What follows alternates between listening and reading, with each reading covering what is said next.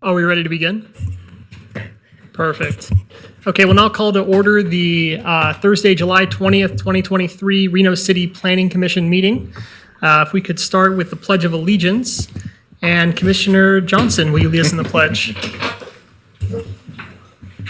I pledge allegiance to the flag of the United States of America and to the republic for which it stands, one nation, under God, indivisible, with liberty and justice for all. Thank you so much. Can we please have a roll call?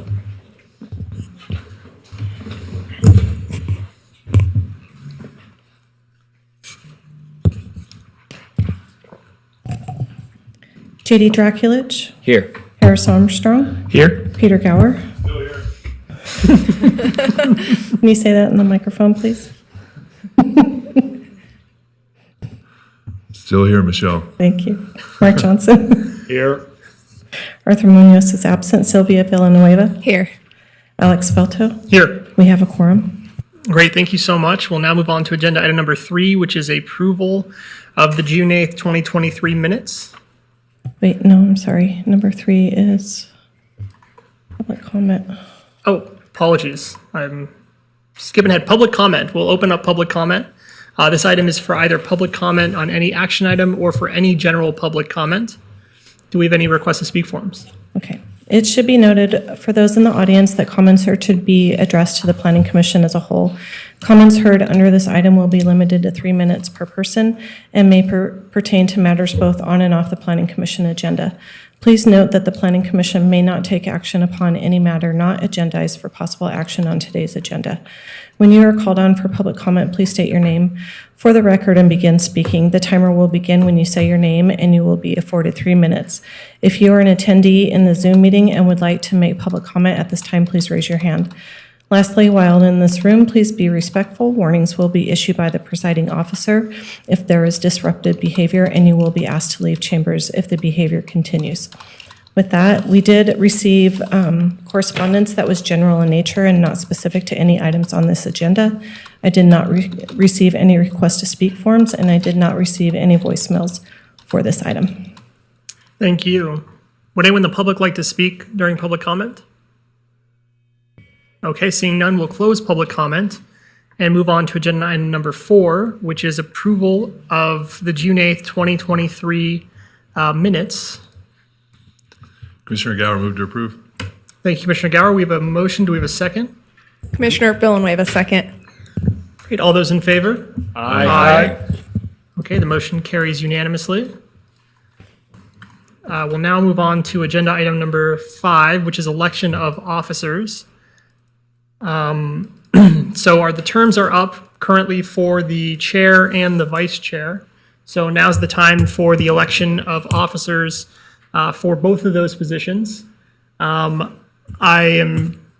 Would be supportive of having a chair be Commissioner Draculich and a vice chair of Commissioner Armstrong. I understand that, it's oftentimes the chair will try to go again for a second term. I think that this is a good time to transition, given that I have been needing to come to meetings on Zoom more often than I'd like, and it makes more sense for the folks that have been here in person to take the reins and be leaders of the commission. So with that, I'll turn it over to conversation from the remainder of the commissioners.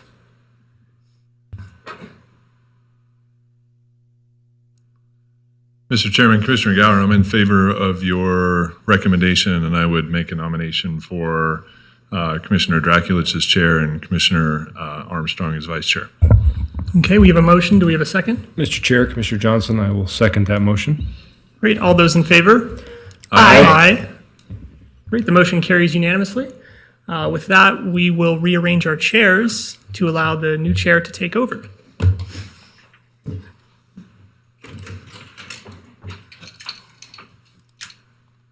Hey, congratulations. Congratulations to you, sir. Good job. Oh, did you knock me out? Will you put it? Do you have the report up? Staff report? Oh, I did, but I logged out. Yeah.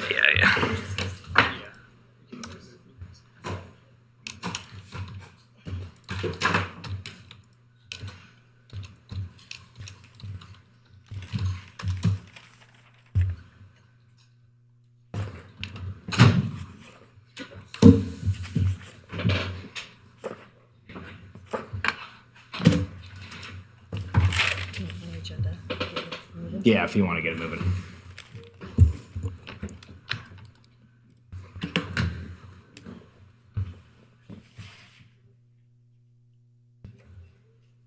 All right, if you didn't say so already, closing item number 5, election of officers, moving to item number 6, public hearings. Any person who has chosen to provide his or her public comment when a public hearing is heard will need to so indicate on the request to speak form provided to the secretary. Alternatively, you may provide your comment when item 3, public comment, is heard at the beginning of this meeting. We'll open item number 6.1, staff report, case number LDC-00061, 550 Orcrest, and we'll get a presentation, from staff. Go ahead. All right. Good evening, Commissioners. Jeff Foster, Associate Planner for the record. Tonight we have LDC 2361, which is a zone change for a property at 550 Orcrest. Okay. So the site is approximately 1 acre in size. It is an undeveloped parcel, roughly in between North Virginia on the left and Highway 395 on the right. And it is just west, or a little bit west, of the Washoe County Jail facility. And as you can see, the general development pattern to the south of the site is essentially industrial.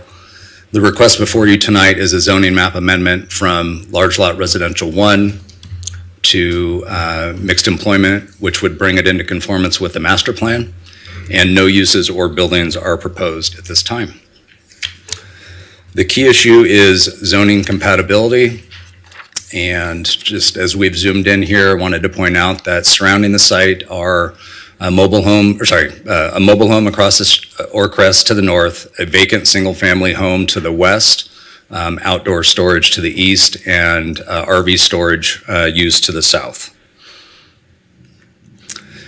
So again, we have current zoning of large lot residential 1 acre in size, which does not conform with the master plan designation.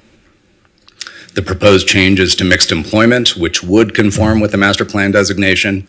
And I would note that the original request for it was for industrial, but that is not allowed under the master plan because industrial is limited to existing properties with that designation, same as industrial, commercial, and mixed airport. So essentially, mixed employment was the only designation that was appropriate, other than the other options were professional office, parks, greenways, and open space, public facilities, PUD, and SPD. So given the industrial area and given the master plan designation that supports light industrial development, mixed employment was pretty much the only zoning designation that made sense. And the proposed ME zone would also facilitate future maximization of the property's usefulness. Here you can see the master plan land use, which is mixed employment, a few policies and goals that line up with the request. And I would also point out that the previous master plan land use for this area was industrial. So here are a lot of uses that are allowed in mixed employment. The ME zoning district is intended to provide a mix of employment focused uses such as light manufacturing, processing, wholesaling, flex space, research and development, and offices. In contrast, LLR1 zoning is intended to accommodate rural, single-family residential uses and agricultural uses. So as you can see, the list of uses allowed in ME, due to residential adjacency, the uses highlighted in green would require approval of a site plan review, which is an administrative review process. The uses highlighted in yellow would require either a minor conditional use permit, also administrative, or a full conditional use permit with approval from the Planning Commission. Here are the development standards for both LLR1 and ME.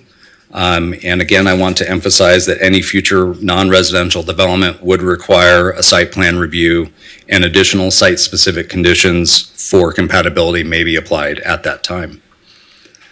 Here are the recommended findings for a zoning map amendment. Staff can make all the recommended findings, and here's the recommended motion. I'm available for questions. All right, thank you, Jeff. Appreciate it. All right, we will now push it to the commissioners for disclosures. Commissioner Gower? Thank you, Mr. Chair. No disclosures. Commissioner Armstrong, no disclosures. Commissioner Velto, no disclosures? Commissioner Villanueva, no disclosures. Commissioner Johnson, no disclosures. Commissioner Draculich, no disclosures. All right, we'll now open this up for public comment. Yeah, I was wondering, was the applicant here? Yes. Oh, I'm sorry, I was expecting the applicant to go first, and I thought it was just, Sorry, I Yeah. should have clarified. The applicant did not have a presentation. Oh. But is available for questions. oh, okay, so no presentation from No the applicant. presentation. Okay, thank you, that's what I assumed. Great.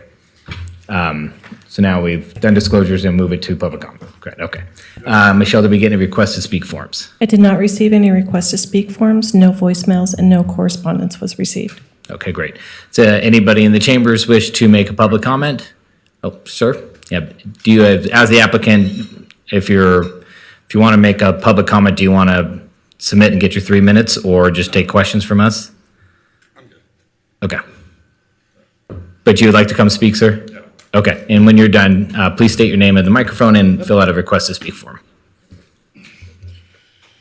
So hello, Tim Lambden with Ferrari Lund Real Estate, also representing the potential buyer of this property, also representing several other properties in the area which I worked on, including Reno Tahoe Steel, which is at 495 Lovett Lane, right down the street from this.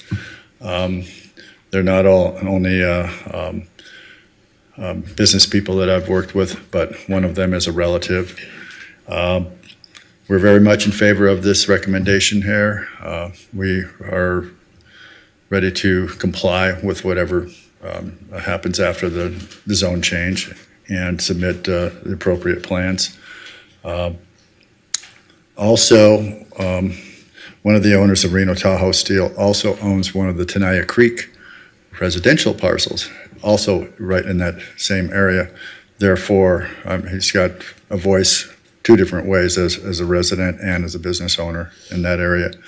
I don't see any issue with it as far as compliance on future plans, and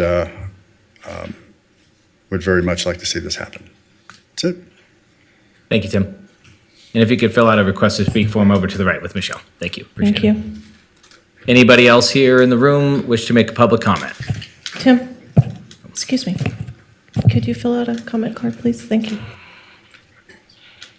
Seeing none, we will close public comment and push it to the commissioners for questions of the applicant, staff, or general discussion.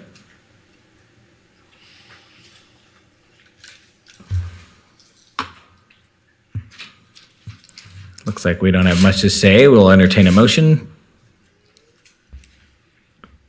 Mr. Chair, Mr. Johnson, I'm prepared to make a motion. Thank you. Case of LDC 23-00061, 550 Orcrest, based upon compliance with the applicable findings, I move to recommend that City Council approve the zoning map amendment by ordinance, and I can make all the findings. We have a motion. Commissioner Armstrong, I'll second. All right, we have a motion and a second. All in favor? Aye. All right, any opposed? Okay, motion passes unanimously. Thank you. Good luck. We'll close item 6.1, move to item 6.2, which is case number LDC 23-00050, Evans Avenue Coffee Shop.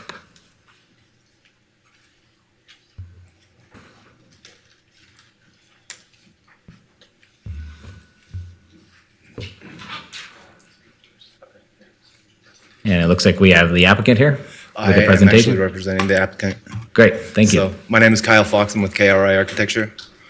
We are hoping to convert a garage into a coffee shop. This is over by UNR.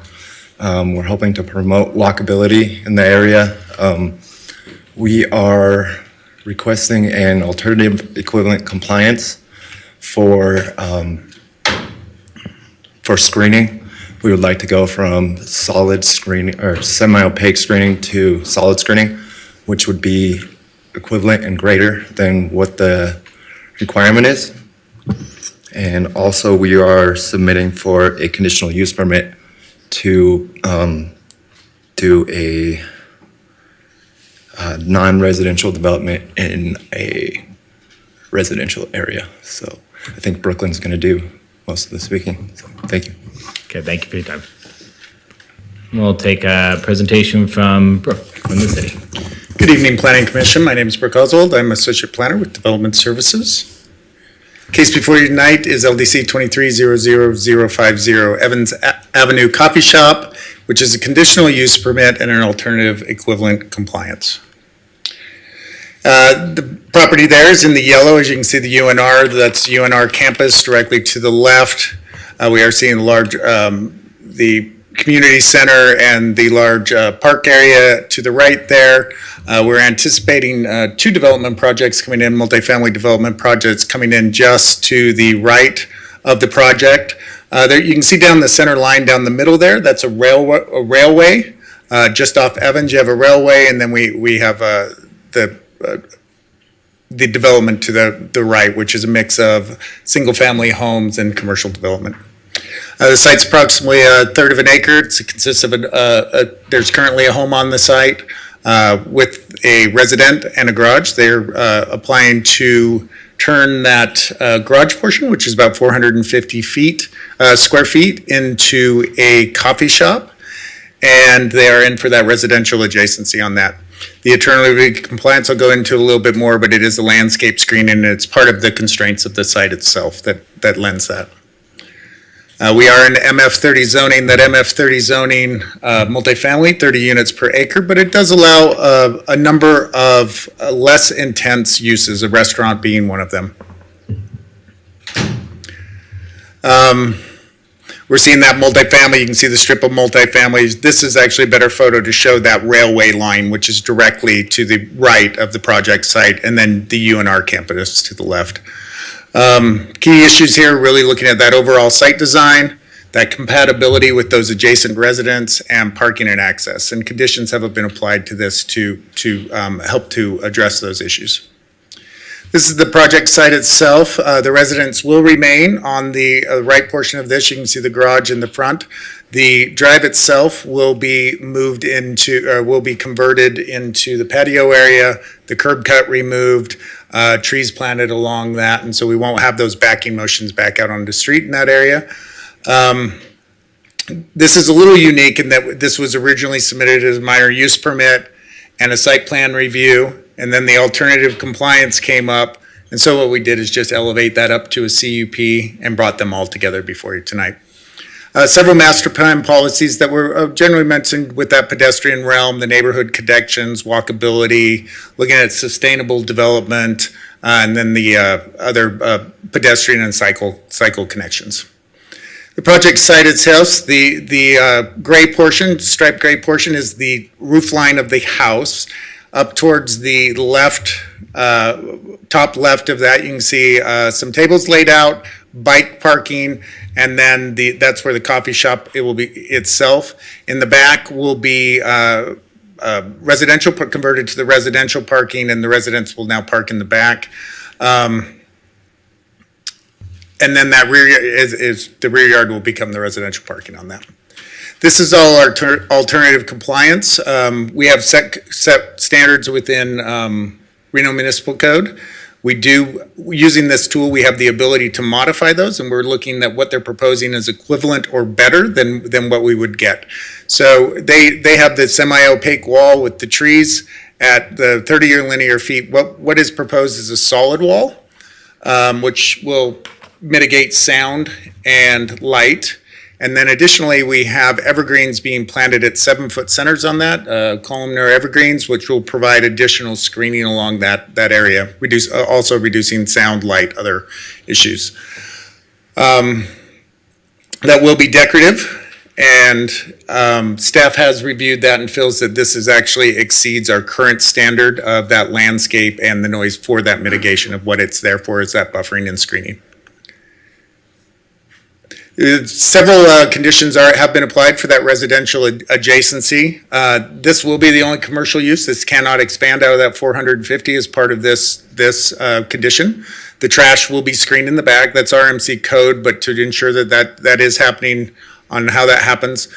Big one here is we're limiting those hours of operation between 7 a.m. and 7 p.m. Our normal hours of operation, they are allowed by right to 6 a.m. to 11 p.m. So they're really restricting that. So that's really cutting down on a lot of that interference or any impacts we'd potentially see in the evening.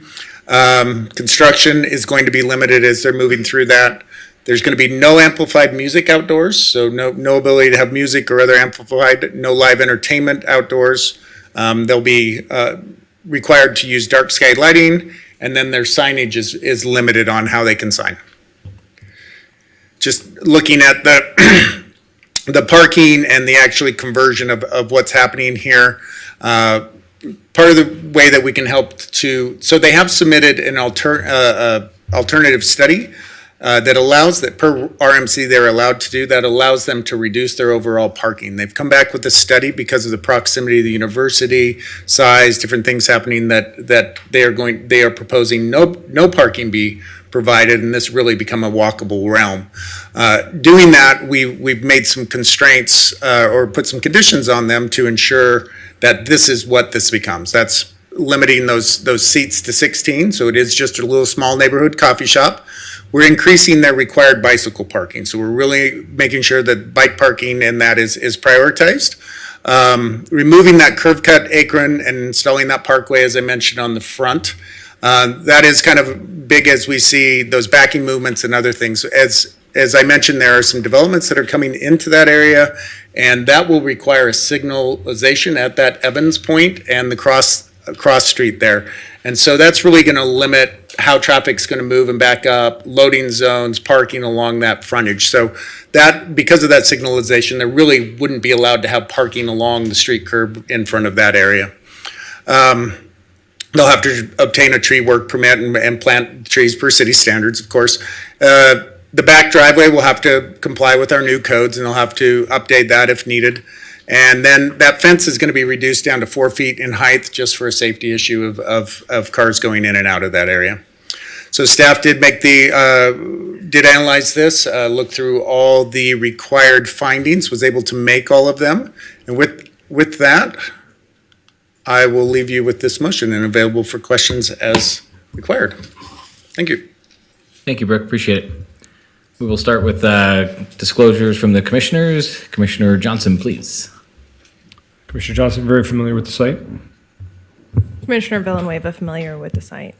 Commissioner Velto, familiar with the site?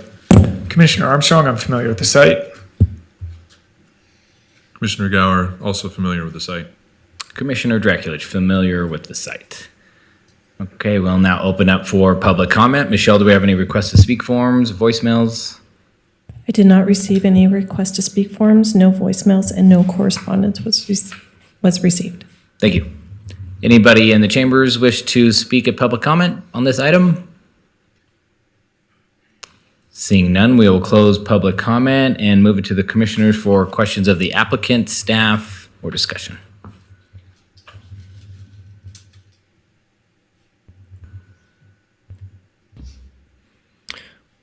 Mr. Chair, if there's no questions, I do have just a comment.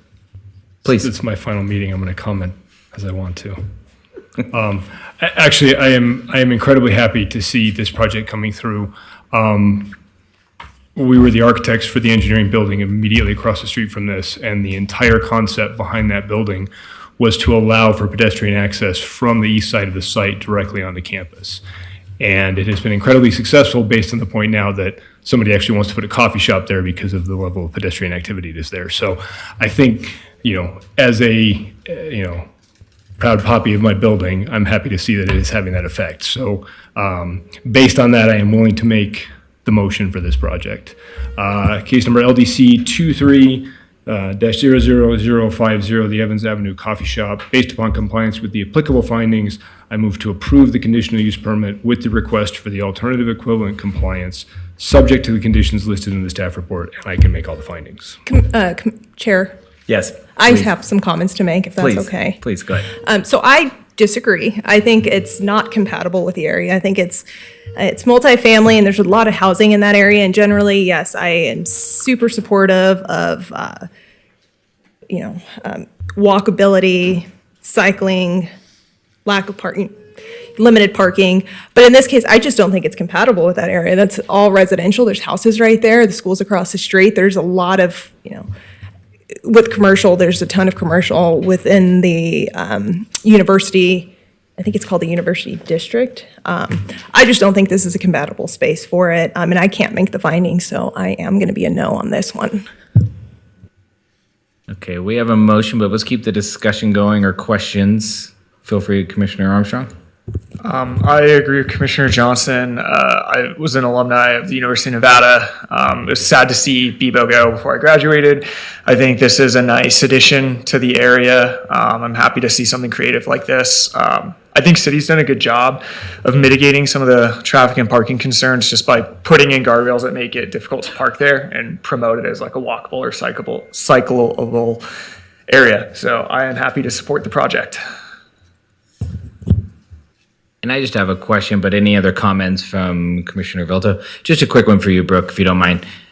Did we have any feedback from neighbors, any kickback? I didn't see any comments before we got here in the staff report, if you want to touch on that. Sure. This project was managed by Associate Planner Leah Brock. She did take on some comments that came in from neighboring as we put out those postcards and that, answering questions and sort of addressing some of those questions. Outside of any sort of negative feedback or anything like that, nothing that we're not hearing from someone tonight or they haven't continued to write in. Okay, great, thank you.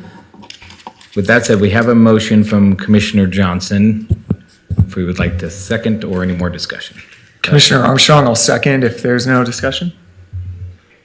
All right, we have a motion and a second. All in favor? Aye. All opposed? Nay.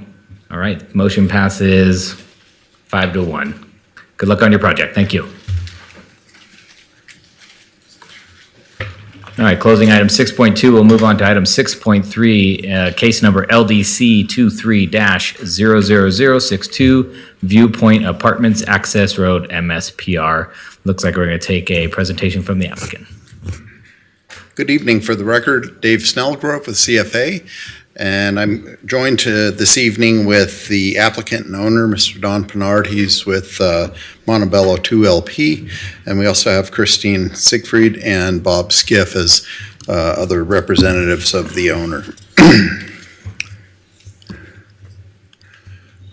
So the property in question entails 3 parcels for a total of 97.97 acres. This is up by the Home Depot in northwest Reno, south of the freeway. There's kind of an odd north boundary. That's where the Harrah's billboards are located. It's an odd Harrah's owned property. And we are to the west side of McCarran Boulevard. We've requested a major site plan review for cuts and fills. Specifically, the cuts are in excess of 20 feet and fills in excess of 10 feet, but we've only got about 4,800 square feet in total of the 3.5 acres or so that actually affects that's bringing us to you today. So it's a very small area.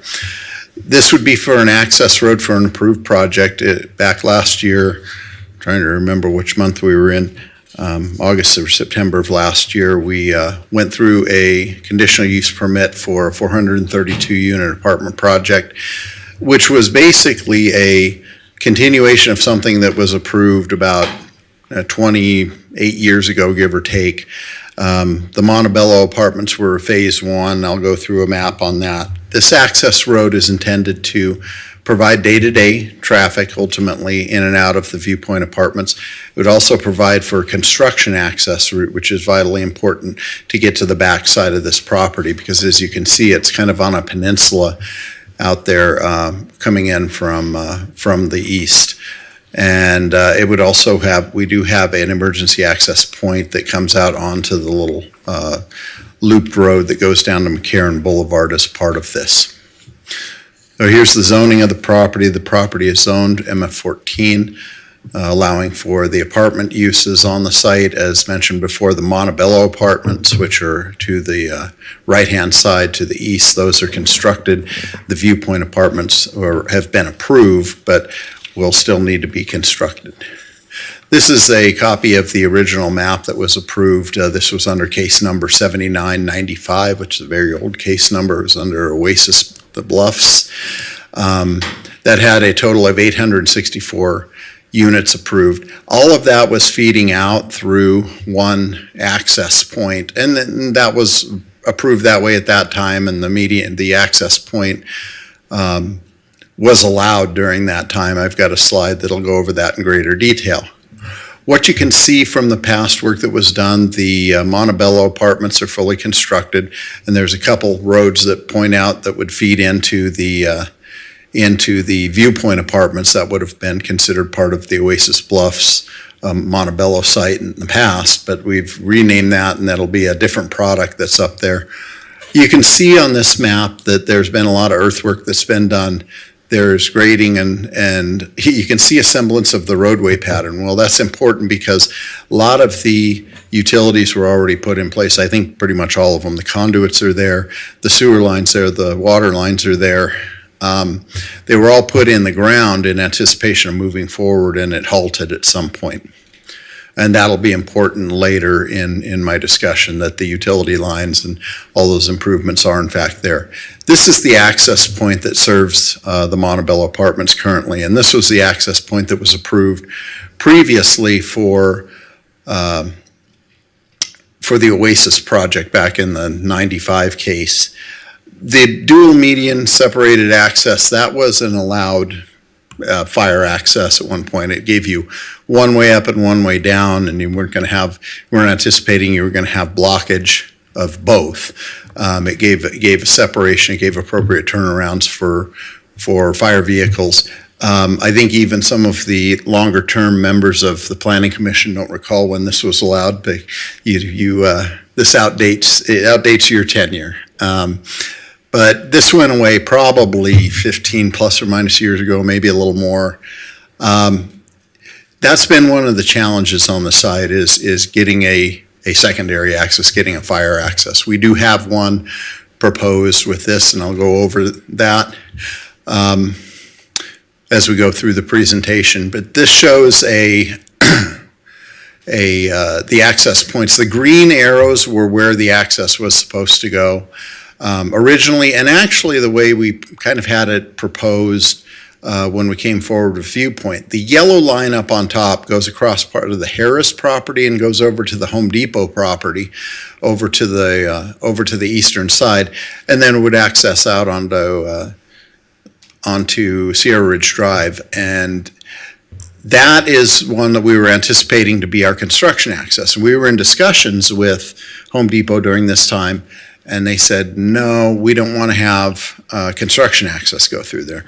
So it sounded like things were going to be good on getting just the emergency access through. There's already an emergency access for the Harris property, and there's also an emergency access crossing the Home Depot property for the senior apartments or the senior housing project that is just up adjacent to our site. So we didn't think that was going to be a big deal until they went on radio silence on us. So it kind of threw us into a big quandary. First, we couldn't have construction access through there, and we were trying to figure out a way to get construction equipment in there easily, especially some of the larger equipment.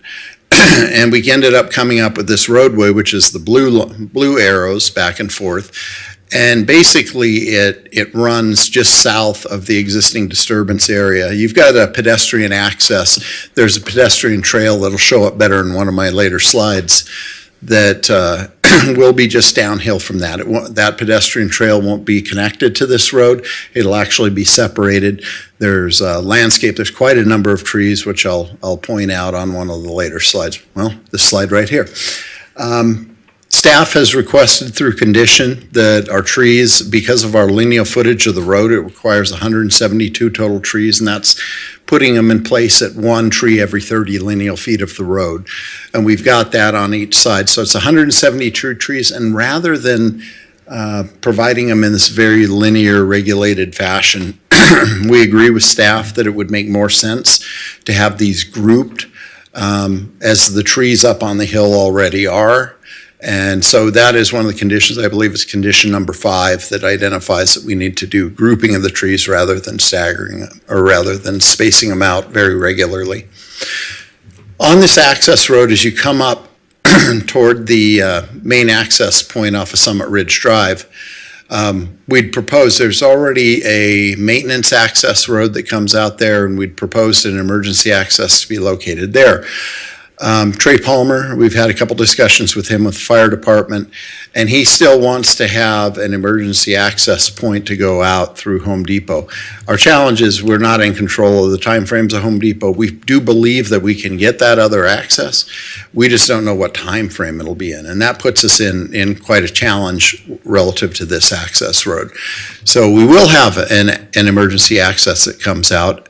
And I will point out that just construction of this road doesn't create any occupancy or any particular need for that secondary access. We would have a point out there. It's not what fire department wants at the end of the project, and we believe that we can get that. So this slide just shows the grouping of the trees that exists on the hill right now, and we'll need to provide something in similar fashion so they're not quite so regular. As mentioned before, there was development that came down off of the hill to provide the pedestrian path and the planting that's there. And we're going to extend that down and have to do appropriate planting and revegetation. The bottom two pictures show the edge of the existing pedestrian path, and it basically shows the grades of the land through part of the land where the access road would go just downhill from this pedestrian path that exists. Mentioned before that we're just under 4,800 total square feet of area that's tripping us into a major site plan review. So I've circled those two areas, the cuts, and they're very hard to see on the map, but I have it pointed out on the right-hand image, the top left arrow. There's really a blue hazed area in there that's kind of hard to see, but there is a little area that equates to about 56 plus square feet. And then the purple areas, which stand out much, much better, equate to a total of 4,750 or so square feet. So it's those areas that are tripping us into a major site plan review out of the whole 3.46 acres that we're disturbing. So this is the cumulative, and that 48, that says 4.8. That 4,800 square feet of area that trips us into this equates to only 0.11 acres, which is 3.2% of our overall development area. So it's a very small fraction. I'd mentioned some things about emergency access, and the staff had put a condition on this project, but we also changed the timing through discussions over the past week. Changed the timing relative to the Viewpoint Apartments. This is what was approved, and I think it's dated as of 2 days ago. Prior to the issuance, it used to say of the first certificate of occupancy. We changed that to prior to the issuance of a building permit for vertical construction. We have to provide an emergency access subject to the satisfaction of the administrator. So we did change that timing. We agreed to do that. We felt that was appropriate and reasonable to do, but we were anticipating that ultimately we weren't going to have a condition for emergency access on this access road itself. So condition 8, we are requesting that condition be removed from this application, from this project. We do want to have this approved. If you feel at the end of the day that we need to retain that in there, we would prefer having the approval over getting rid of that. However, I do hope that you agree with us on getting rid of this. And some reasons for that is, one, I mentioned before that the access road on its own doesn't create any occupancy in association with it. Two, it creates a timing issue for us. Those utilities that are in the ground, before we get going on any of the standard construction work that'll need to be done to get the property ready to actually go to vertical construction, there's a lot of upgrade to the utilities that's going to have to be done, which is a surface and subsurface work. We've got to be able to get equipment out there, and this road allows us to do that. So timing is critical to be able to get out there onto the site. We do believe that the timing of this condition conflicts with the timing of what was just amended through the minor modification that I just showed on the previous slide. The timing of that one says prior to issuance of building permit for vertical construction. And this one says prior to the issuance of any grading permit. This one trumps everything and would hold us up immensely. Also, the access road takes any construction traffic off of the existing drive aisles that are in the Montebello area, which is a positive to the existing neighborhood that's there. We would be able to get some of the smaller equipment through there, some of the larger equipment. We really need this access road because Home Depot has been clear that they don't want construction traffic to go through their property. So with that, a lot of this becomes down to timing issues. I'll see if Bob Skiff would like to make any comments regarding this. He's sitting behind me. He knows more on the construction end and some of the challenges this presents. Go ahead, Bob, you have about 3 minutes. No worries. This won't take very long. I'm Bob Skiff. I'm here to try to clarify what's really happening here. What ordinarily happens when you're building an apartment site like this, you start with a mass grading, and then we're putting in our pads and we're putting in our streets and we're doing all of that. This all happened 27 years ago. What we have is all the underground is in, and our only way to check it is to build this construction access road to bring in backhoes only. There's going to be no grading. There's not going to be anything. We're just going to have our road and do this so we can submit it to the city so they can approve the underground that we're actually redoing some of it where it will collapse. Okay, there's just, we ran some cameras through there probably a year and a half ago, and it showed some areas in the, the sewer where it had collapsed. But everything else, 100% of everything is there, most of it conduit, okay? But we still have to make sure that it's in good standing and that it's compactable. So that's why we use backhoes, and we need the construction road because we can't take that stuff through the Montebello apartments. So I can answer any questions. I know a lot about this. So Angela, you want to talk about it? And to clarify too, Bob mentioned construction. The first use of this would be for construction purposes, and then it would get formalized for the day-to-day use that would come at the end. I want to make sure that that was clear in the presentation. Okay, thank you, gentlemen. You all done? Okay, great, thank you. We will get a presentation from Brooke.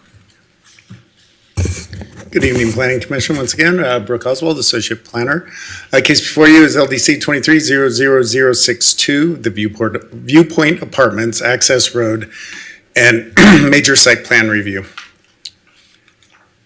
Looking at the project site, went over, it's about a 100-acre site, but we're really looking at that total 100-acre site. What is being proposed tonight is about 3.5 acres. It is for that major site plan review for the access road, and that's being triggered by those cuts and fills. We have those cuts steeper than 20 feet and the fills greater than 10 feet in height, which triggers that.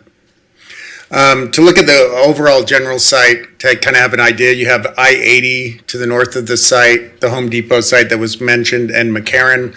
It's right on that loop area there where you loop back in off of McCarran. Directly below the site is the Tumwa facility.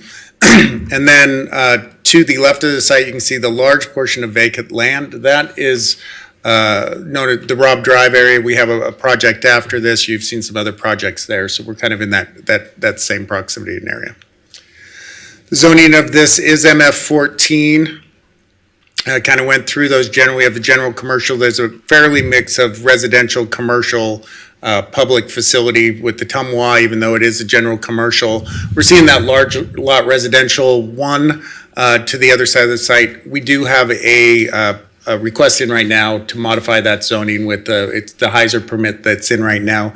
We're anticipating that will come back as an SPD or a specific plan district, and we would see potentially light industrial, residential, possibly commercial in that area. Big key issues here is that overall site design and the compatibility with the existing residences.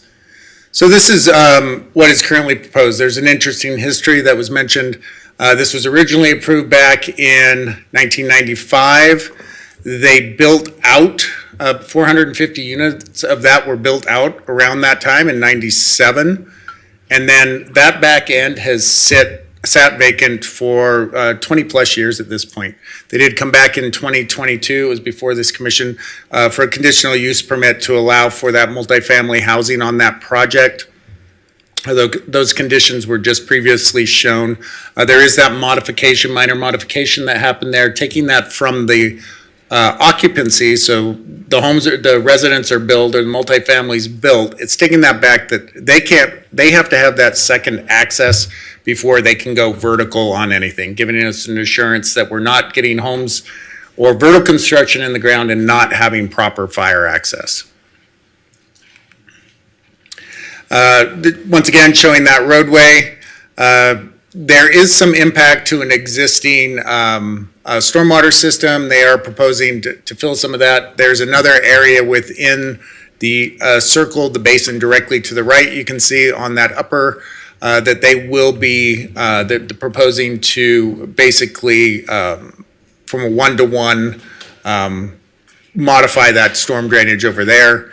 There's an existing pedestrian path that runs just above this that will be maintained. So we do have pedestrian access that currently runs up through that way. And then limiting those construction hours back to make sure that those existing residents are not disturbed. Just so this makes sense to everyone, that bottom little leg ties on to the far left and goes up to the project site there. Looking at that existing landscape, looking up the hill as it is the hillside, we do have a number of evergreen trees. Our current standard would require 172 trees along that 2,000 plus linear feet of roadway. The condition that has been put on that is to really cluster those and go to a heavier evergreen to provide more screening from light and also fit into a lot of the existing landscape there. Staff did review this. Staff can make all the findings, and I will leave you with the following motion. Thank you, Brett. Appreciate it. All right, we'll move to the commissioners for disclosures. Commissioner Gower. Thank you, Commissioner Gower. No disclosures. Commissioner Armstrong, no disclosures. Commissioner Velto, I spoke with the applicant's representative, noted the disclosures. Commissioner Villanueva, no disclosures. Commissioner Johnson, no disclosures. Commissioner Draculich, familiar with the area and the site. All right, closing that, we will open up public comment. Michelle, do we have any requests to speak forms, voicemails? Anybody on Zoom? No request to speak forms, no voicemails, and no correspondence received for this item. Thank you. Anybody in the chambers wish to speak on this item? Seeing none, we will close public comment and move it to the commissioners for questions of the applicant or staff. I have a quick Commissioner question Lloyd, for the, for staff, please. You mentioned this application or a sister application was brought before us in 2022. Do you know approximately when? In 2022? Let me see if it's in the staff report. I think it said August. In August. Okay. Yeah. I will have more questions, but not right now. Okay, we'll take a moment, please. Mr. Chairman, I have a couple questions. Commissioner Gower, go ahead. Brooke and potentially Dave too. I'm trying to understand what the issue is here with these conditions. I don't think I quite understand. So can you just talk through that one more time? Certainly. Try it And again. so originally when the staff report was written, it was what we wanted to ensure is that we didn't get vertical construction and not have that secondary access. So that condition was written to basically say, you can't build this road until you have a secondary access, right? You can't build your primary access until we know we have a secondary access. What has come in, a minor modification has come in, and that's modifying that original CUP related to the development itself. That previously said, you can go ahead and build, you have to have secondary access before you can get a certificate of occupancy. What we've done is taken that all the way back and said, you can't go vertical until we have that secondary access. What that does is give us a little bit more comfort that we're not going to get the roadway build and construction happen and a number of the things, this primary access as goes forward. And so that changes things on sort of the timing. And as was mentioned by the applicant's representative, this primary access is important to them for that construction. They haven't been able to do it on the other side. They have some preliminary work they need to do up there with the old infrastructure and making sure that it all meets current standards and a number of that. And so I hope that helps to kind of make sense of why things have transitioned in that way and the assurance we have now with that previous amendment to that condition. So Dave, that's what you're asking for, is a change to the previous condition. You don't have an issue with the conditions in the staff report that's being presented to us. He does have the current one, because the current one says they can't build the roadway until they have a secondary access, and that limits them from doing that preliminary work. So we modified the initial one to say you can't build anything vertical until you have your secondary, but you can build your primary to do your construction work. So what's the secondary access? They are still working on that, and I will let Dave speak to his options on that. We have a couple points. I don't know if you can bring the presentation back up. Let me go to this slide here, and this was actually in the slide when I came forward. Actually, it looks like it might have been June 13th that we came through, but my date on the bottom. What this shows, this blue dashed line is the one that we're in process working with First American Title Company and trying to reach out. We have to cross both the Harris property and the Home Depot property and get back out to Summit Ridge Drive. I had shown this previously and identified that one of our possible solutions would be to go to the south of the Montebello Apartments and connect out to the loop. And another possibility, and you're going to hear a case after this, in the Robb Drive project. One of the challenges with the Robb Drive project, that linkage, is it goes across federal highway lands. It's actually part of the interstate highway. I had spoken to Sorry about that. I had spoken to Alex Wolfson when he was at NDOT, and he said we could go through all this, and he'd seen it before where everything was looking good from our end. They send it over to FHWA, and FHWA out of hand just says, no, we're not going to do that. And he said that could be a year and a half to 2 years into the process. You're walking along thinking you're going to get it, and all of a sudden the rug it's pulled out from under you. Obviously, if we're having a time issue with this and the condition that says this is not only we can't build the road, we can't go out and do any grading to get construction access in there to do that utility work that Mr. Skiff talked more substantially about. So there is already a condition on the apartments themselves that says we can't go vertical with that until we have the the access that the staff and fire department want is that blue dashed line. That's one that we're not wholly in control of because we've got Home Depot. We've had conversations with Harris in the past, and that seems like that had been going well, but Home Depot, as I mentioned before, seemed to be going along fine, and then all of a sudden went radio silence on us. So we're hopeful that we can get them back and talk to them about this, but we do have, I mentioned we will have a second access that gets past the choke point. The concern from the fire department was that intersection at Summit Ridge Drive and the entry into this apartment. They said, if there was something that happened there, you need to have a different point where you can come out that doesn't tie in directly with that intersection. So that choke point was the big concern. This distance away from that intersection is similar to what the other distance is on this map. You can see where the blue dash line comes out and where this purple line comes out. They're about the same distance from that choke point intersection. In talking to Trey Palmer yesterday, he said, because we can't meet, and there's really just no way we can meet 1/2 of the hypotenuse. That's the distance separation that you're supposed to have, 1/2 of the hypotenuse of the property. There's just no way to meet it out on this peninsula. That he said he wants to have this access that we're proposing on the purple line, which is before you tonight, as well as the Home Depot access. That'll give us 3 points of access and give him good justification that even though we can't meet what the standard would be, we've got plenty of access here.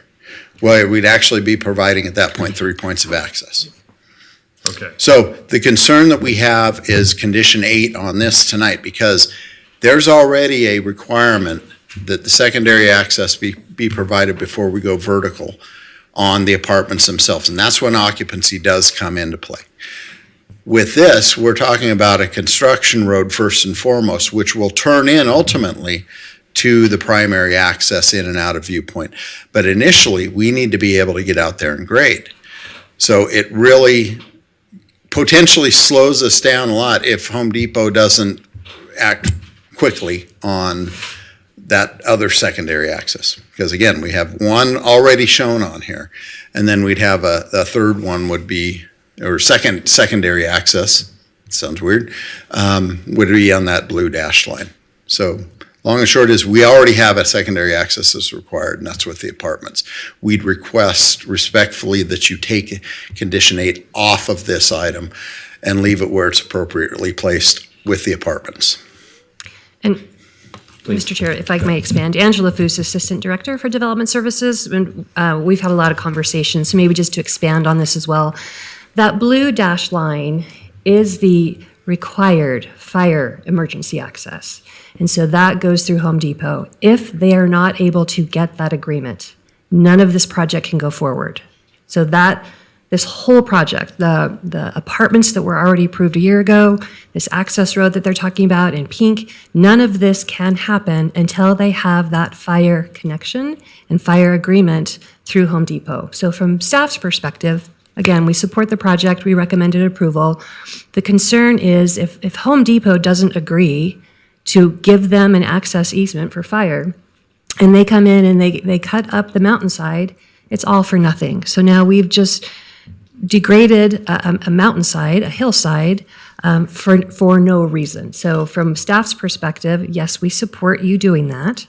However, we want to make sure that you're going to get that recorded secondary fire access agreement from Home Depot before you start damaging this hillside. And if you cannot get it, again, none of this can happen. But if you can, then great, then you can move forward. So that's why we added this specific condition related to that pink road that they're proposing tonight. Thank you. Appreciate all of that clarification. No, I think I'm good. I think I've got all of the clarification that I need for my question. If other commissioners have questions, I'll let them answer it, but I'm good. You sure you don't want me to answer? Because there's I'm good been on, one no, I'm thing good. that's I'm left good on out. my question. What's that? I'm good on my question. All right.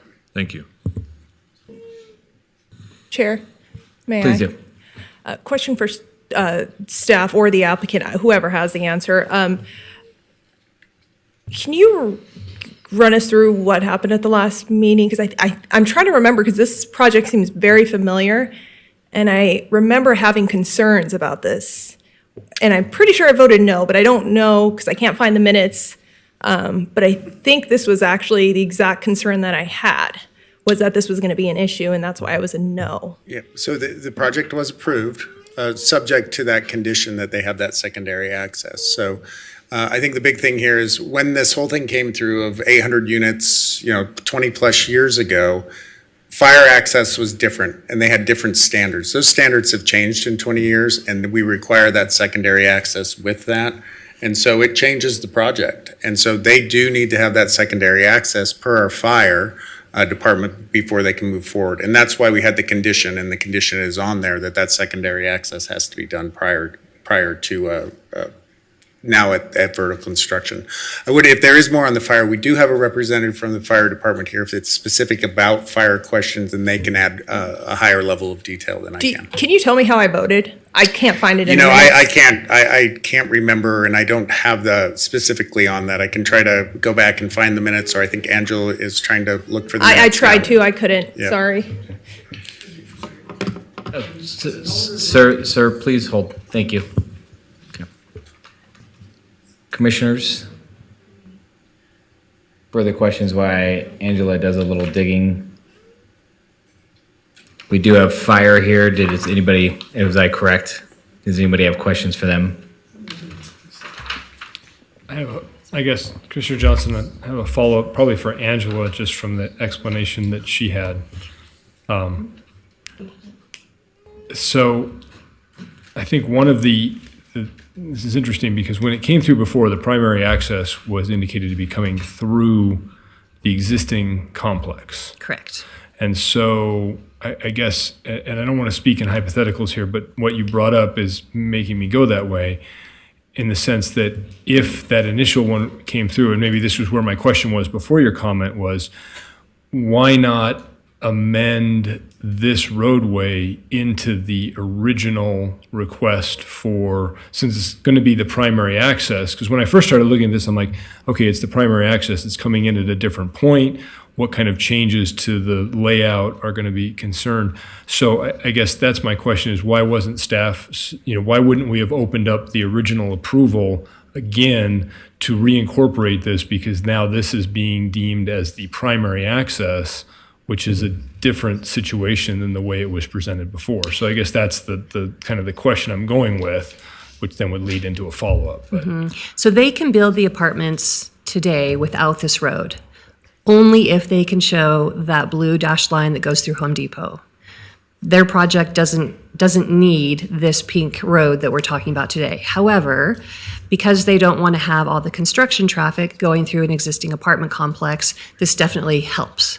So it's not required for their project to move forward. It's more of they're electing to do it to help get the construction trucks in there, and they can use it as another point of access for their apartment owners or tenants to get in and out. But regardless of if this road goes in, yes or no, it still does not meet our fire code requirements.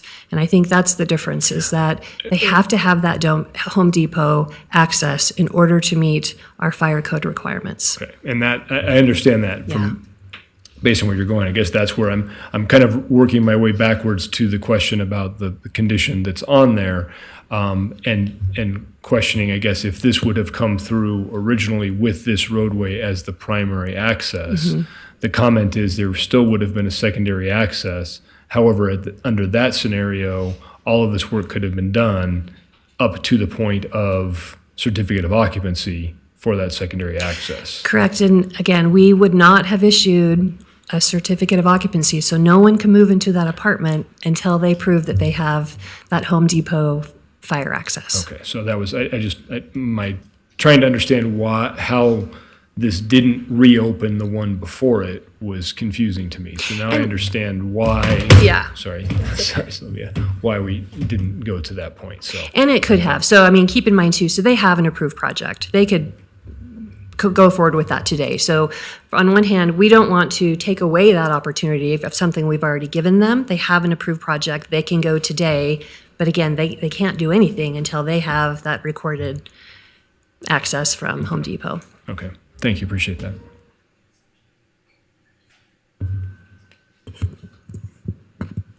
Any further questions? It looks like we want to move into discussion.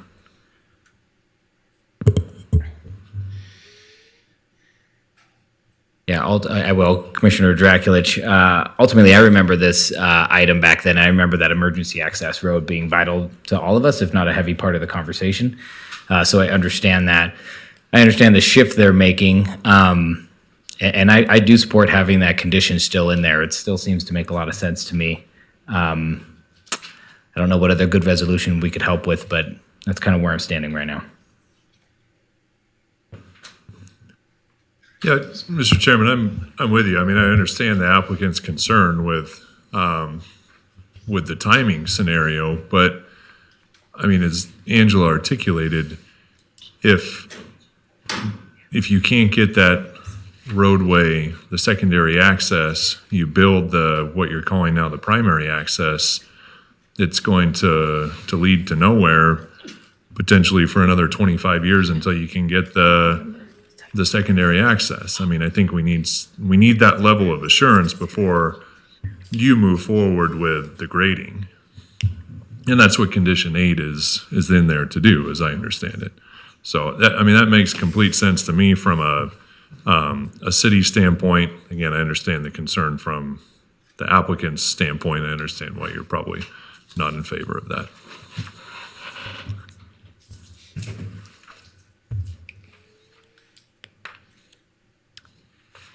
If we're done with discussion, open to entertaining a motion.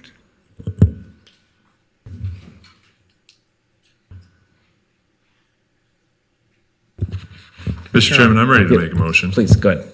Okay. In case number LDC 23-00062, Viewpoint Apartments Access Road, major site plan review based upon compliance with the applicable findings.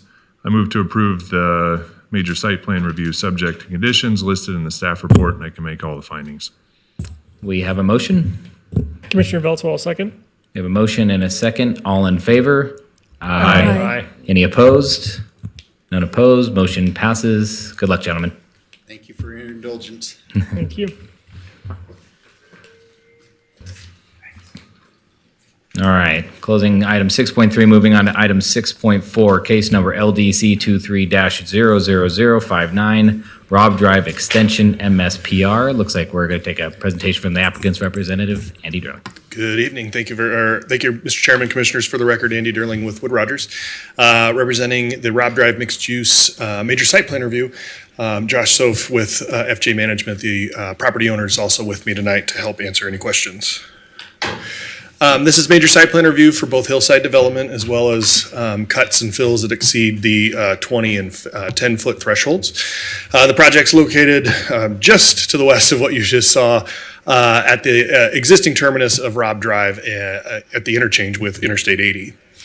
Looking a little closer, you see that interchange, the existing, terminus of Rob Drive there. This parcel has had some grading disturbances. It's been part of an approved grading permit and previous special use permits for cuts and fills to use this site as a borrow facility, both for kind of public works projects it's been used for, as well as for the project to the west of this, which was the TCA project that was in front of you back in January of this year, which were 3 projects were approved as part of the TCA property. This property is master plan suburban mixed use and has an existing zoning of general commercial. The major site plan review for the hillside development, the exhibit shown on the screen is that slope analysis map.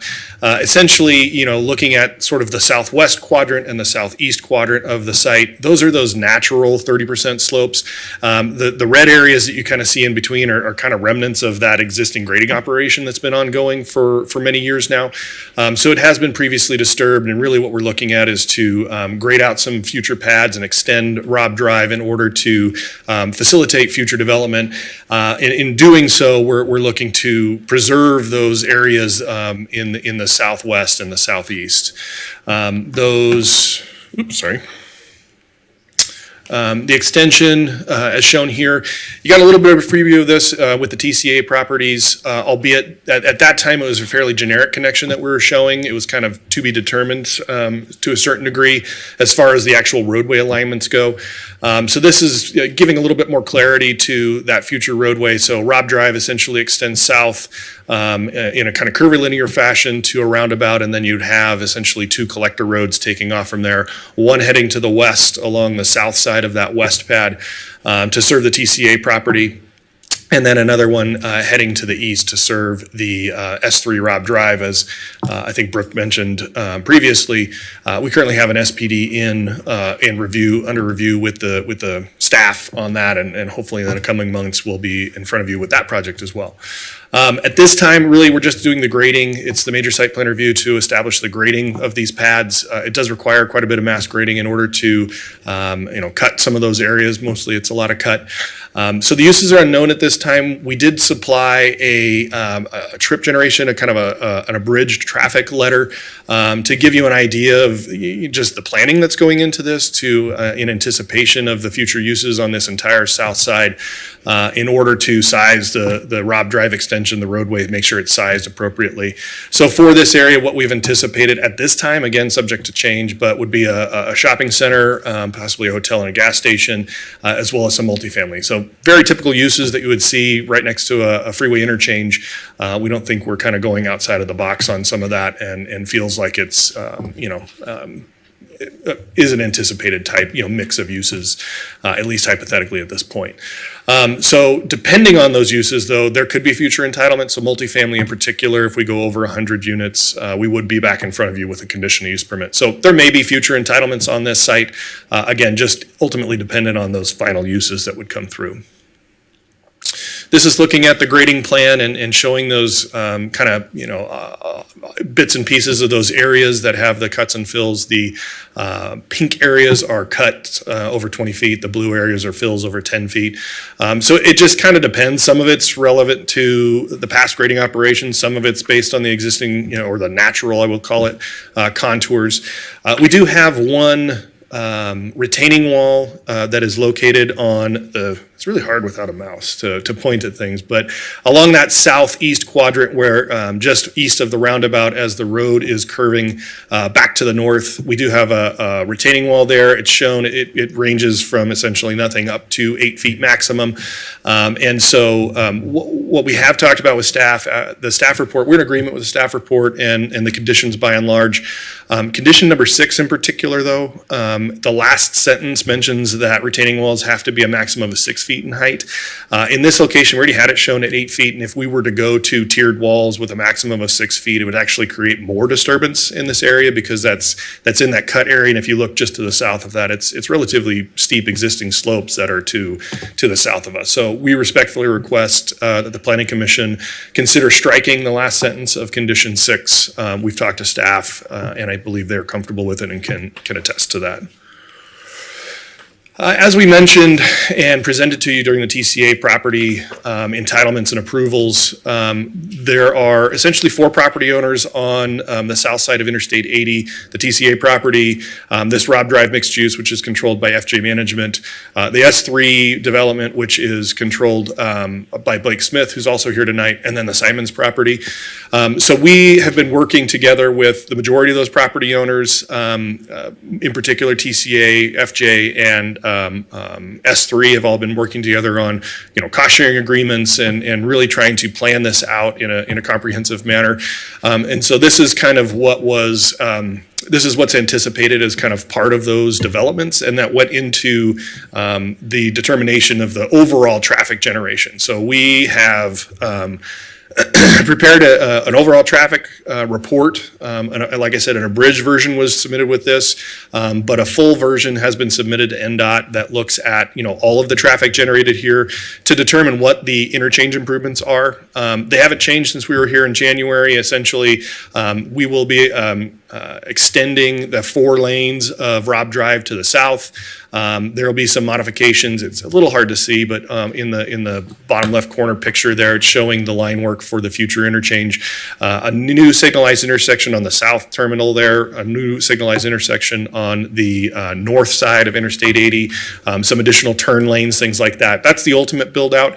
It could be phased. When we were here with TCA, they had kind of a very small portion of that, and it could be phased if they were to come first. Ultimately, though, this is a build out, and then the table on the right side there identifies all the peak hour trips that would be generated by what's known at this time, or what's anticipated, I should say, at this time, to serve all 4 properties. And so essentially 3,300, just over 3,300 total peak hour trips in the PM. That's the kind of controlling factor. The existing trips at Rob Drive, so all the development in the McQueen area that's coming down is a little over 1,000 trips. TCA is taking up 240 trips. The S3 Rob Drive is 635 trips. The Rob Drive mixed use, so the case in front of you tonight, is just over 800 trips, and ultimately leaving about 570 trips of additional capacity that would be available to, say, Simons in this particular case, for that overall interchange and the intersections there. And like I said, those improvements can be phased, albeit because the property owners are working together and working on cost sharing. We're anticipating, more than likely the roadway will be built in kind of one phase, but the signals and things like that could be phased over time because NDOT ultimately wants to see both signals go in at the same time, and they want to see the signals go in when the warrants are there for them. So you wouldn't see them kind of come out of the gate. It would be as development actually starts to occur, vertical development starts to occur, that those signals would probably be installed. So we are working with NDOT. Like I said, a full-blown traffic study has been submitted to them. We've been working with them for the past, call it 6 to 9 months. About 3-4 weeks ago, we submitted an ICE analysis, which is that intersection control evaluation. So it looks at the intersections themselves, determines what the most appropriate mitigation is. So that's been submitted. It's kind of a higher level modeling effort that goes into the intersections. That's been submitted to NDOT as well. So we're waiting for their feedback and ultimate approval, but ultimately, to remind you, the control of access, so our ability to get access to NDOT's facility was purchased. It exists, it's there. Ultimately, right at this point, we're trying to determine what it needs to look like. So the signals, the lanes, the turn lanes, all of that. So that's been submitted. We're working through that process with them. Ultimately, it has to be approved by NDOT and then Federal Highways Administration as well. And with that concludes our presentation. So we are in agreement with the staff report with the caveat that we would like to see condition 6 modified to strike the final sentence, and be happy to answer any questions. Thank you. And now presentation from Brooke from the city. Good evening again, Brooke Oswald, Associate Planner. Quickly go over the site. It's about 50-acre site directly off Robb Drive. Surrounding properties are vacant. We have a process to the left or to the west of the site, the TCA properties, that's townhomes, multifamily. We saw some single family as we went down further down the hill to be more appropriate to those homes. What this is a major site plan review. We're looking at those cuts deeper than 20 feet in depth, it fills great and fill. We also have, because it is over that 10 acres, it does trigger our hillside development. And so the big thing we're looking at this is that because it is general commercial, we're not regulating the density, but what we are regulating is that open space and making sure we're having those open space requirements. I also mentioned the Heiser project. We are currently looking at this. We have been, and as we spoke before, we're looking at this North Robb Drive area as a whole. That's making sure we have proper fire access, making sure we continue to look at those traffic. That's probably one of the bigger things, is that traffic onto I-80 and Robb Drive and how that happens. So we're monitoring this and have been working together with the applicant to ensure that all the pieces are going to fit on this. It is general commercial. The applicant's representative proposed a few uses, but that does provide a multitude of uses. That could be from multifamily to traditional commercial uses. We'd anticipate it being directly off an off-ramp, and we would see probably similar development that we're seeing across to the north of hotels, gas stations, retail, small commercial. Master plan, we're looking at that concurrency management system, so bringing that on. We do have the infrastructure, roadways, connectivity is there. Those neighborhood connections, as this builds out, we're going to have those connections running through those developments we have to both the east and west of this. And then also, as we see those improvements, we'll see pedestrian and other connectivity to the north, over to the other projects to the north. Working through our grading policies and making sure we're doing those, and then those larger network connections that we're looking at, especially that the interplay with I-80. This is looking at that Robb Drive South development, looking at that as a whole. Our project site being the blue and outlined there, you can see really it is that main backbone infrastructure that's going to provide connectivity to really the entire upper site. The arrow to the right, that's the project we just spoke about. That access is challenging any sort of secondary access of that because of there is a large drainage there, very steep slopes, and then we have the NDOT and the Federal Highways issues that we'd have the connectivity there.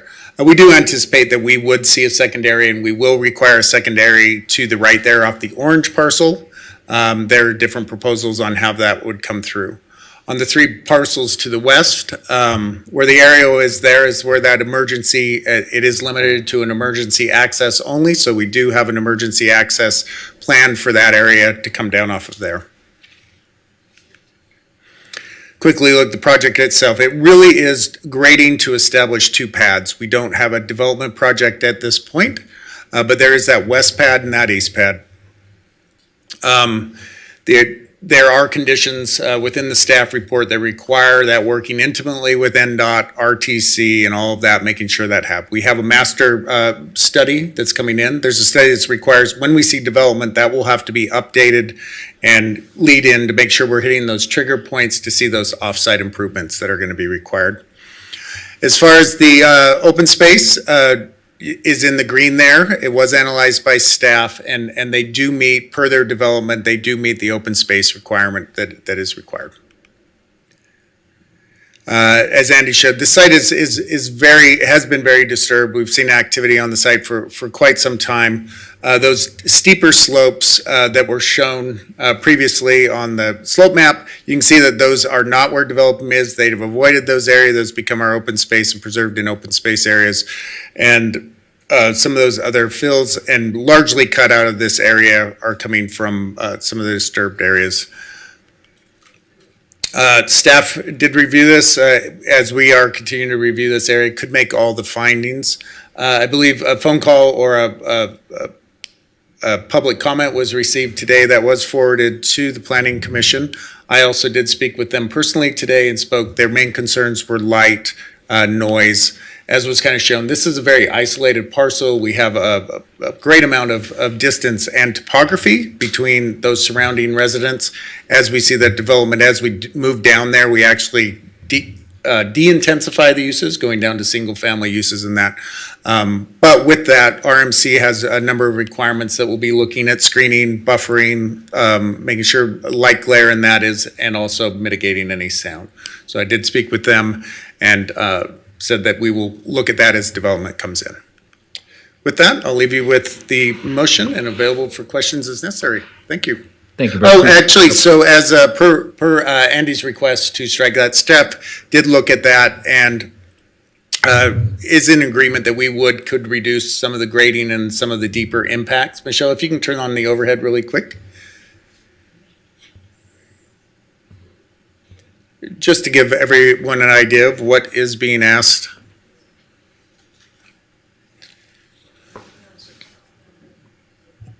This is condition 6. It's specifically dealing with our grading. The first part of it really is saying any retaining walls, riprap, need to come in and match that natural topography so we don't have some large cuts or scars, a very notable area. The bottom part was we do have some reference in our code that we prefer to see some rock walls, and that was originally being driven from there.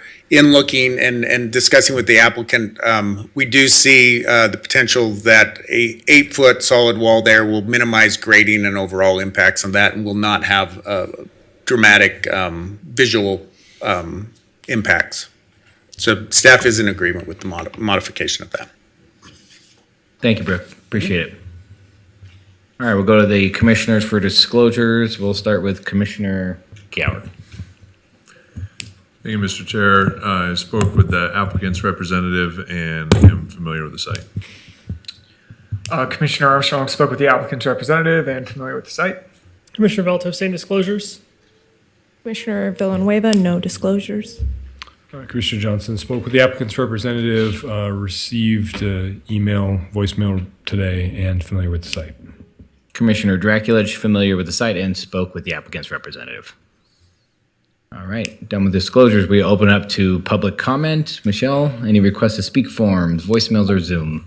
No request to speak forms received. No correspondence received. We did receive the voicemail, and we will play that now. Thank you. Hi, my name is Catherine Burns, and I'm calling regarding LDC 23-00059 Robb Drive Extension MSPR. And my comment is that I live on 7440 West 4th Street, and I'm hoping that this project will be considerate of light pollution and sound pollution. It's quiet here, and I just hope that they'll follow like Juniper Ridge did with having restriction on light and at night especially. That's what I wanted to say. Thanks for your consideration. Anything else, Michelle, on your end? Okay, That's it on my end. thank you. Anybody in the chambers wish to speak on public comment on this item? Seeing none, we will close public comment and go to the commissioners for questions of the applicant or staff or discussion.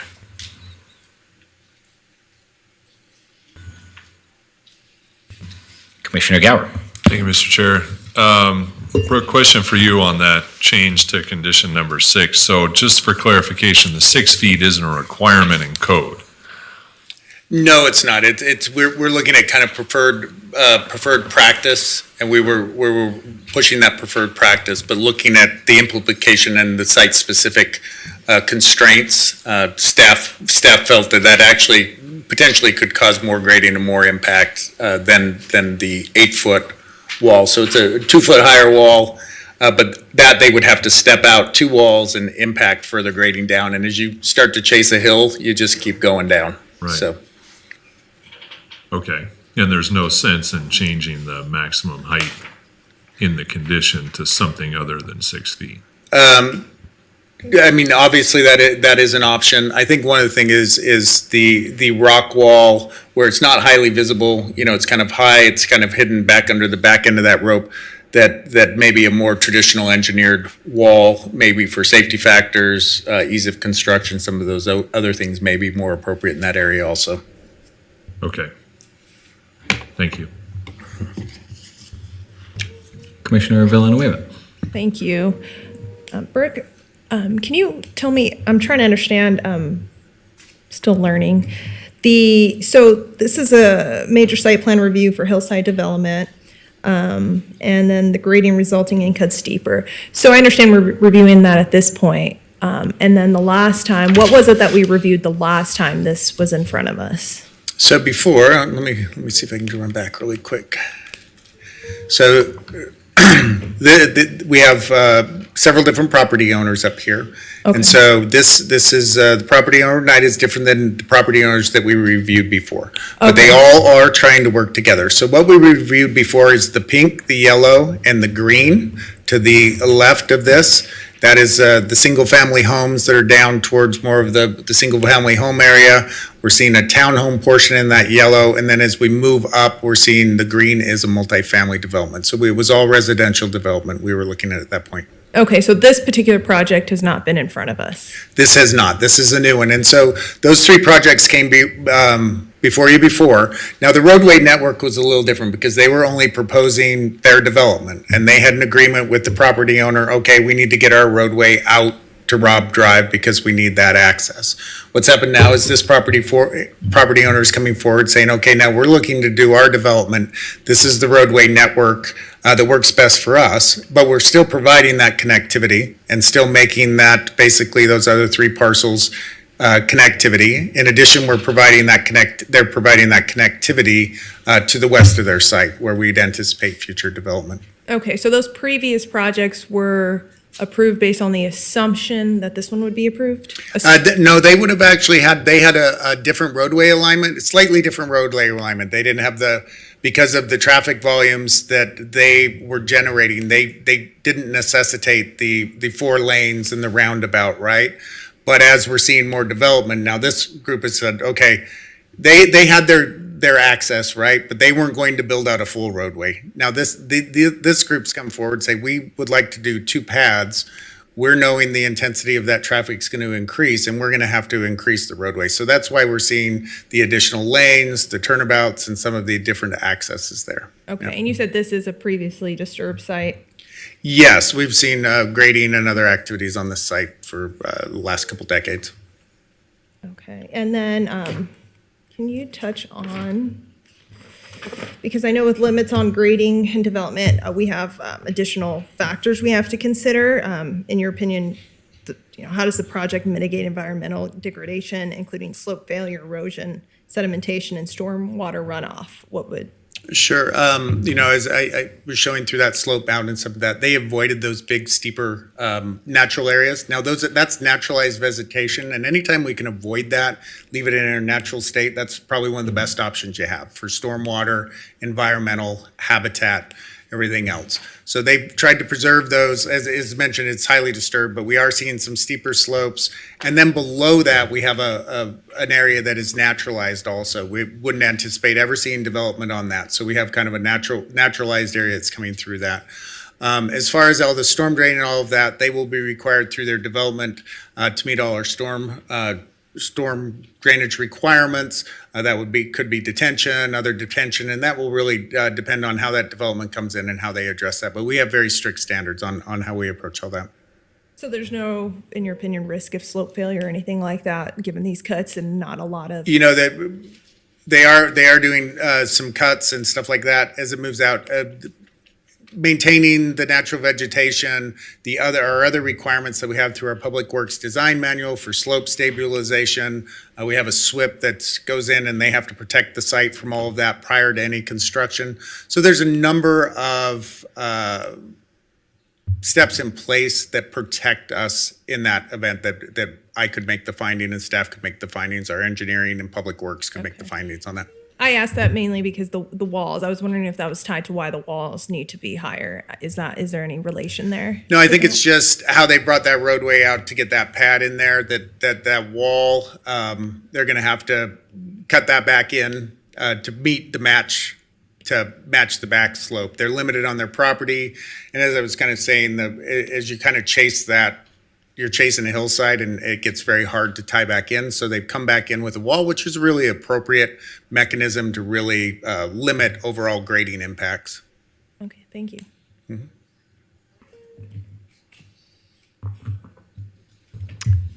Seeing no other questions, we want to move into discussion or entertain a motion.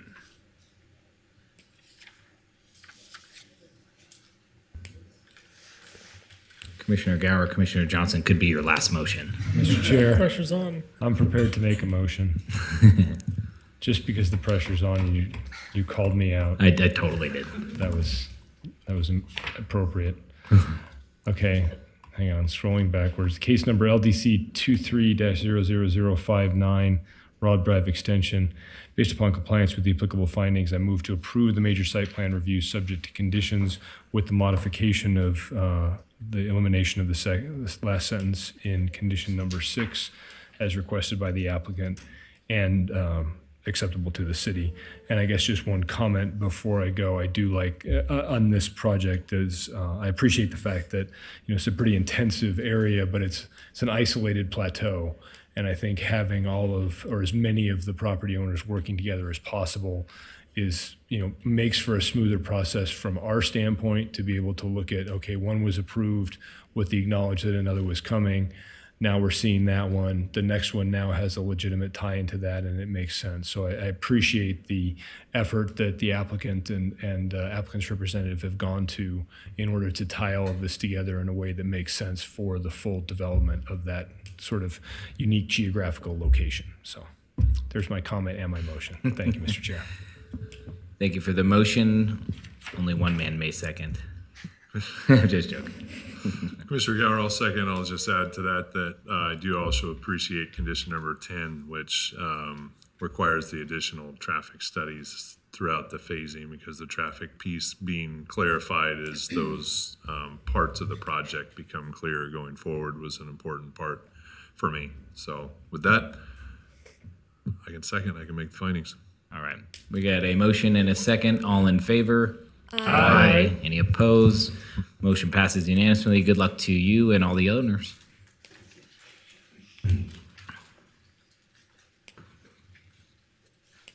All right, closing items. Item 6, moving into item number 7, Truckee Meadows Regional Planning Liaison Report. Sure. So we have our next meeting on the 27th. That meeting they released the agenda today. There's a couple different items. That meeting happens the 27th. Can we stop for just a second? Oh, sure. Guys, if you guys don't mind moving to the lobby, that'd be great. Just for some ambient noise. Sorry, guys. Sorry, I can't hear when they do that. Yeah, I understand. Thanks I for also stopping. don't recall if we had a meeting since our last meeting. I think it's been a while, but at our last meeting we had a workshop on different ways to address water in the region. and we went through a workshop on different like water conservation efforts and did some bullet points and talked through it. And I think that was the last meeting we had. Yeah. Okay. Great. Closing item number 7, moving on to item number 8, staff announcements. Mrs. Foos. Angela Foos, Assistant Director for Development Services. Just update from our most recent City Council hearing, which was yesterday. Council's actually been on a break, so they have not had a meeting in over a month, but the Carville Apartments SPD was approved by council yesterday, so that was exciting. Another thing just to mention that Development Services is working on is related to outdoor dining and seating. We are trying to encourage a lot of these downtown and midtown businesses to do outdoor dining, and so council has passed a resolution to waive fees associated with permitting outdoor seating for the next year. Again, the more we can do to be proactive and get these businesses to do things outside and encourage walkability is something our council is very much in support of. So we're going to be pushing that and hopefully getting more outdoor seating in our midtown area where we have these beautiful wide sidewalks now. So look forward to doing more of that kind of positive programming in our downtown area. And that's it. Great, thank you. Closing item number 8, moving on to item number 9, commissioner suggestions for future agenda items. If I may, just curious, will this be the last meeting for Commissioner Gowan, Commissioner Johnson? I say that only because only for just wanted to, the right time to express gratitude on your send off. So if this is it, now would be the time. If we think that, because I'm not going to do it again if you're back here in 2 weeks. This will be the last meeting where they sit at the dais. We will have them come back in August when you guys are both available, and we'll give you a nice little certificate and send off. Okay, well, I will start because I've always wanted to do it. Just wanted to say thank you for your service. How many years now for both of you? 8 for me. Yeah, 8.5. Okay. Well done. Thank you very much. You guys were excellent at when I started as a new commissioner, hung on to your very words, and because they're very skilled, and we'll try to carry your energy on, but just wanted to give you a big thank you for all your professionalism, insightful questions, and everything else you do, and your smiles. Yeah, I'll go next. Yeah, I really appreciate both of what you do on the commission. Commissioner Johnson, you were my first chairman, so you'll always be my chairman, just so you know. But I appreciate what you do. I think there's a lot of times where you have, I've told this to both of you, and this is something that we're going to be missing a lot from the commission. There's a lot of times where you all hear things in public comment, where you hear concerns, and you intentionally ask questions to try to address those concerns and to make sure the public feels heard. And that is something that all of us need to work on doing because it is so valuable for the public and for this process. And at first when I got on, I started thinking, why are they asking these questions? They know the answers. And I eventually realized, it's because you're doing your job to try to make sure the public feels heard and to really filter these projects. And both of you do that better than anyone else I've seen on this commission. No disrespect to y'all. You're great, but you two in particular do it extremely well. But we're losing out on some excellent knowledge and appreciate your insight over the years. So thank you both so much. Can I just say something to both of you? Thank you for coming back to help with tonight's meeting. I really appreciate that. And thank you for being here all these years. You made my job easy. So that was definitely not a future agenda item, but we will close item number. Anybody else? Harris. I'm sorry, Commissioner Armstrong. Sorry. Thank you, Chair. As the newest member of this commission, I really do want to express my thanks to both of you. I am sad that you'll be leaving without, I haven't been here for even a year, and I've learned so much in a short amount of time. It's been incredibly instructive. I feel a lot more comfortable between my first meeting and this meeting, and you've given me a lot of things to just consider how to be a good member of this commission. So thank you so much for being generous with your time on the dais and outside of the dais. I appreciate my short relationship with you, and I wish you well. Awesome. Okay, closing item number 9, moving to item number 10, public comment. Michelle, any general? Oh. Hey. What? Wait, no, you have to do a public comment card. Yep, definitely, Mr. Durling. I've been told I talk fast. And you so- only get 1 minute. Since, I was here and I wanted to stick around, I've known Commissioner Gower and Commissioner Johnson for a number of years, even before their tenures on the Planning Commission. So for both you guys, wanted to express, my appreciation from the professional industry of planners in Northern Nevada. You both are stalwarts. You've been at this for a long time, and just want to express our appreciation. In particular, it's always impressive. You guys are always prepared. You always do your homework. You always have very thoughtful debates and consideration of every item. That means a lot to me as a consultant. I also think it's really impressive that, you both were here for the adoption of a new master plan and a new zoning code. Those are, yeoman's tasks, and for the Planning Commission, that's such a huge effort in conjunction with staff. So just thank you both for your professionalism and your years of service. And I'm sure we'll definitely see you again, but appreciate you guys. Thank you, sir. Seeing no others in the chambers wishing to speak on public comment, general, and we will close item number 10 and move to item number 11, adjournment. Move to adjourn. All right, all in favor? Aye. All right. Have a good night, everyone.